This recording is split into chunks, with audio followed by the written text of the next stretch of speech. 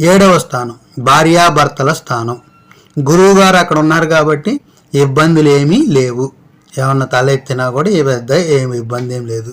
ఎందుకంటే ఆ విషయంలో జ్ఞానం ఉంది. వృశ్చిక రాశి వాళ్ళకి జ్ఞానంగా ఉంటారు, బాధ్యతగా ఉంటారు, చక్కగా మాట్లాడుకుంటారు, చక్కగా ఆలోచిస్తారు. ఆ రెండు సంబంధాలు బాగానే ఉంటాయి.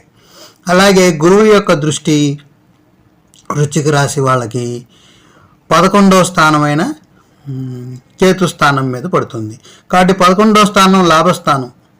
కేతువు కూడా 11వ స్థానం లాభమే. కాబట్టి 11వ స్థానం మీద గురు దృష్టి ఉంది కాబట్టి వృశ్చిక రాశి వాళ్ళకి లాభస్థానం బాగానే ఉంటుంది. అలాగే కేతువు కూడా లాభ స్థానంలో మేలే చేస్తాడు, అది కూడా బాగానే ఉంటుంది. అలాగే గురువు యొక్క దృష్టి 3వ స్థానం మీద కూడా ఉంటుంది అనమాట. వృశ్చిక రాశి వాళ్ళకి 3వ స్థానం మీద దృష్టి ఉందంటే 3వ స్థానం సోదరీమణులు, వాళ్ళతో కూడా గురు దృష్టి ఉంది కాబట్టి